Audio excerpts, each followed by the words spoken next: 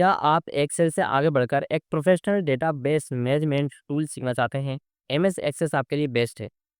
आज की इस वीडियो में मैं आप लोगों को एमएस एक्सेस का बेसिक और उसके इंटरफेस को समझाऊंगा, ताकि आप अपने डेटा को बेहतर तरीके से मैनेज कर सकें। तो चलिए वीडियो को शुरू करते हैं। तो चलिए दोस्तों, इस वीडियो में चलते हैं आगे और हम देखते हैं एमएस एक्सेस का इंट्रो, यानी कि उसका बेसिक पेज मैं आज आप लोगों के साथ शेयर करूंगा। बेसिकली आज हम देखेंगे कि भाई आप एसएमएस के अंदर अपनी टेबल किस तरीके से क्रिएट कर सकते हो। तो उसके लिए आपको अपने विंडो के सर्च बार में सर्च कर लेना है ऑब्वियसली माइक्रोसॉफ्ट एक्सेस, या फिर आप एक्सेस कभी 2010 फुट कोई भी इस तरीके से आप सर्च करोगे तो आपको यहाँ पे देखने को मिल जाएगा। इसलिए आपको कंप्यूटर में अगर ये सिस्टम होंगे, मतलब ये फ़ोल्डर्स होंगे तो ही आपको ये देखने को मिलेगा। एंड देन अगर ये फ़ोल्डर्स नहीं हुए तो भी दिक्कत वाली बात नहीं है, मैं तुम्हें ये प्रोवाइड करा दूँगा इस वीडियो के डिस्क्रिप्शन में। तो देखो यहाँ से तुम्हें इसे ओपन कर लेना है। तो ये हमारी आ चुकी है वेलकम विंडो। तो देखो दोस्तों, इस वेलकम विंडो को मैं आप लोगों को थोड़ा-सा इंट्रोडक्शन करवा देता हूँ। तो बेसिकली यहाँ पर आपको अपनी न्यू फाइल्स, रिसेंट प्रोजेक्ट आपको देखने को मिलते हैं। बट सीरियसली मैंने इसे पहली बार ही खोला है, तो इस वजह से हमारा कोई भी ऐसा रिसेंटली प्रोजेक्ट नहीं होने वाला है इसके अंदर। तो हम यहाँ पर एक नया बनाने वाले हैं। अब देखिए यहाँ पर हम आपको दिखाते हैं इस बारे में। तो इसकी वेलकम विंडो पर हमें blank web database, recent template, sample template and my template, आप इस पे जो भी टेम्पलेट बनाओगे वहाँ पर देखने को मिलेंगी। एंड यहाँ पर आपको asset, contact, issue, task, non profits, project, ये भी आप यहाँ पर आप जैसे इस पे काम करोगे तो आपको इन सब चीज़ों के बारे में पता चलेगा धीरे-धीरे। अगर मैंने अभी आपके साथ ये सब कुछ शेयर किया तो भाई तुम लोग इसे सीखना पसंद नहीं करोगे। तुम्हें ये काफ़ी ज़्यादा कॉम्प्लिकेटेड लग सकता है एंड देन यही मैं नहीं चाहता।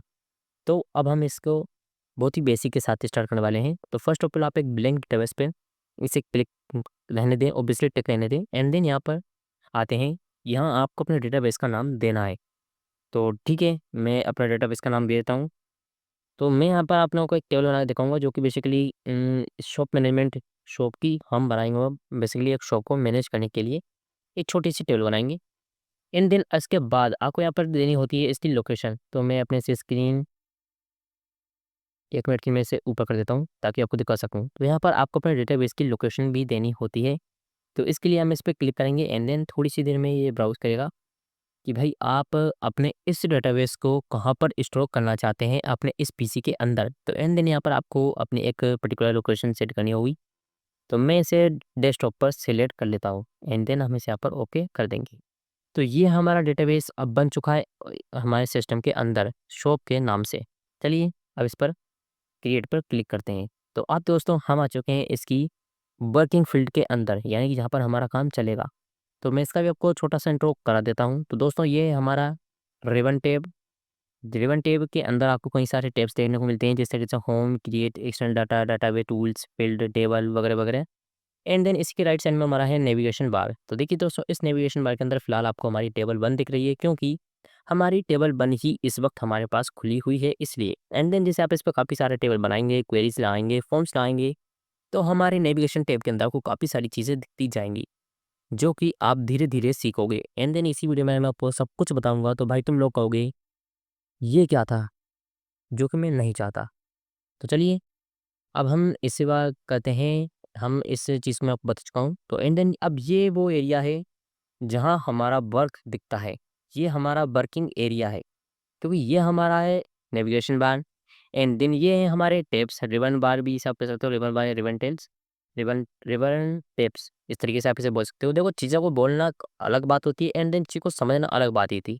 तो यहाँ पर मैं बेसिकली इन चीज़ों को भाई टैब से ही कहूँगा, क्योंकि टैब हैं। होम टैब के अंदर हमें काफ़ी सारे फीचर मिलते हैं, क्रिएट के अंदर भी काफ़ी सारे मिलते हैं, इन सभी के अंदर हमें ऑप्शंस मिलते हैं। एंड देन ये हमारे मेन टैब्स हैं।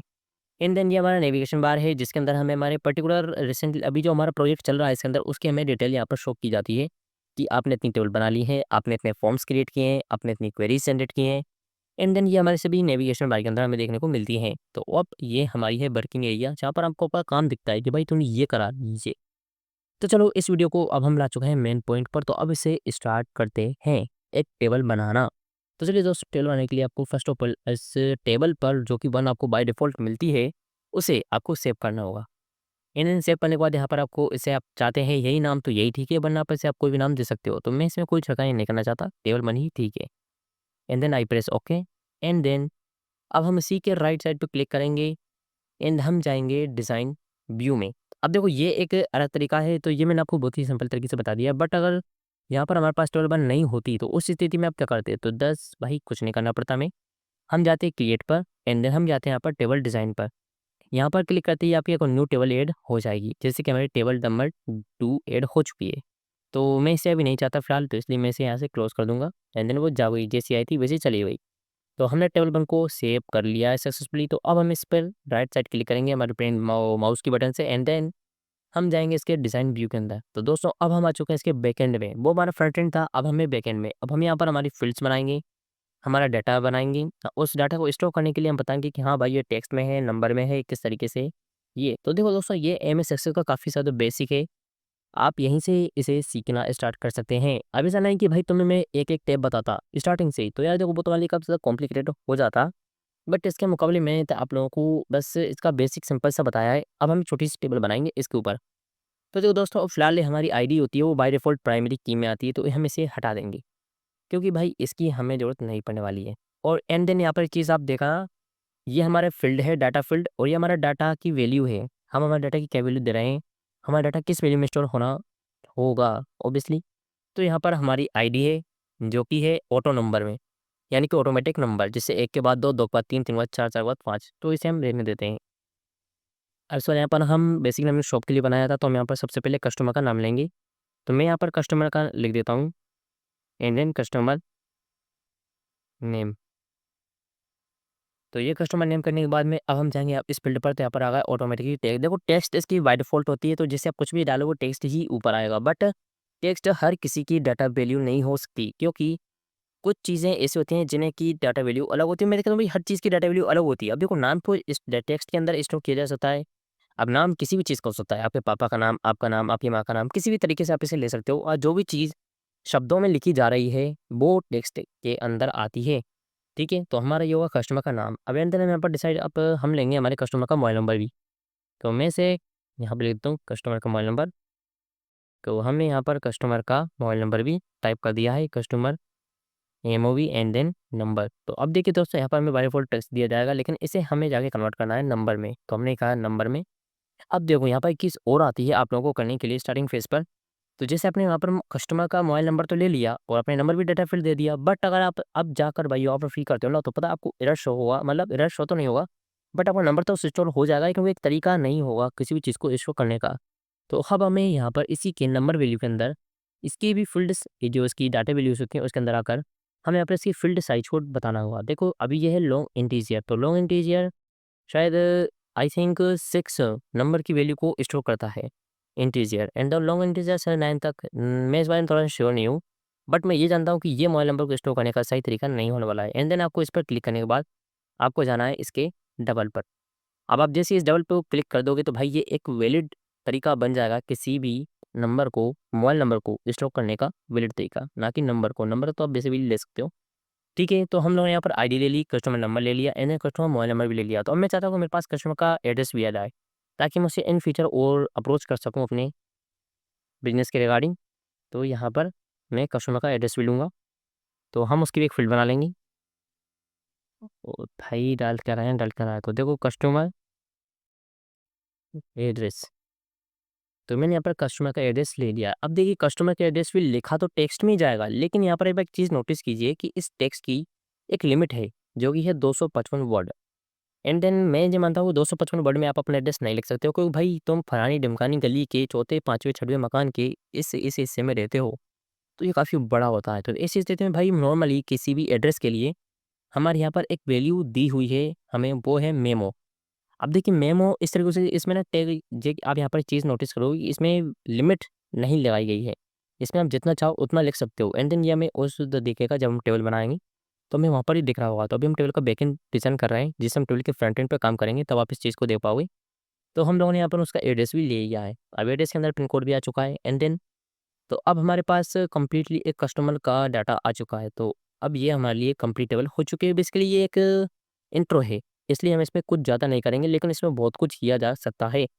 तो चलिए अब हमारा काम कंप्लीट हुआ, एंड इस पे राइट पर क्लिक कीजिए, इसे सेव कीजिए, एंड देन इसे सेव करने के बाद आप अपने कीबोर्ड की कंट्रोल W बटन प्रेस कीजिए। इस वक्त आप टेबल 1 पर क्लिक कीजिए और अब आप ये हमारी टेबल का फ्रंट एंड आपके सामने ओपन है।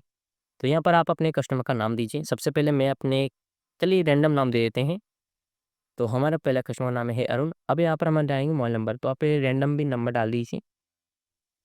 एंड देन अब आपको अब यहाँ पर हम डालेंगे इसका एड्रेस। तो देखिए काफ़ी बड़ा लिखा जा सकता है, बट मैं अपने टाइम को बचाते हुए यहाँ पर आपको बहुत ही छोटा-सा लिख देते हैं, ताकि हमें बेसिक समझ आ चुकी चीज़ें। आप जब आप खुद इंटरेस्टेड हो तो कर्सर डायरेक्ट कर दे सकते हो, वो स्टोर कर दिया जाएगा। एंड देन अब यहाँ पर आप चेक कीजिए कि ऑटो में हमने जो ऑटो नंबर था उसका ये हमें बेनिफिट देखने को मिलता है कि एक के बाद अब यहाँ पर आएगा सेकंड। तो चलिए मैं यहाँ पर एक और हम लिख देता हूँ शिवम। एंड देन इसका भी हम यहाँ डाल देंगे मोबाइल नंबर, जो कि रैंडमली है। एंड देन यहाँ पर हम इसका एड्रेस डाल देंगे POR। एंड देन ये भी सेम चीज़ आएगी। तो चलिए अब इसे एक बार सेव करते हैं। ये कर लिया हमने हमारे डाटा को सेव। एंड देन देखिए ये काफ़ी इतना आसान होता है अपने डाटा को स्टोर करना इन MS एक्सेस। अब देखिए ये काफ़ी ज़्यादा फ्रेंडली, यूज़र फ्रेंडली होता है, लेकिन हाँ, इसके अंदर थोड़ी-सी कॉम्प्लेक्सिटी तब बढ़ जाती है जब आप क्वेरीज़, फॉर्म्स की ओर चले जाते हो, और जैसे मेलिंग वगैरह फीचर भी आप इसके अंदर देखने को मिलते हैं हमें काफ़ी सारे, ताकि आप एक ही साथ कई लोगों को मेल कर सको अपने डेटा को। तो वो सभी एडवांस लेवल में आते हैं, हम उन्हें भी कवर करेंगे स्टेप बाय स्टेप। लेकिन मैं मानता हूँ कि प्रोसेस फॉलो करना is the best for learning. अगर आप एक ही बार में जंप करके कुछ बड़ा सीखना चाहोगे तो भाई कभी नहीं सीख पाओगे। हर चीज़ स्टेप बाय स्टेप ही अच्छी लगती है। तो मुझे उम्मीद है कि आज के इस वीडियो में आप एक बेसिक सी टेबल बनाना सीख चुके होंगे MS एक्सेस के अंदर। एंड देन ये हमारा इंट्रो वीडियो था। एंड देन ऐसे ही हम इसकी स्टेप बाय स्टेप वीडियोस लाते रहेंगे इस चैनल पर। और भाई यार आपको ये वीडियो पसंद आई है तो चैनल को सब्सक्राइब करना तो बनता है। तो चलिए मिलेंगे फिर किसी नेक्स्ट वीडियो में, तब तक के लिए जय हिंद, जय भारत।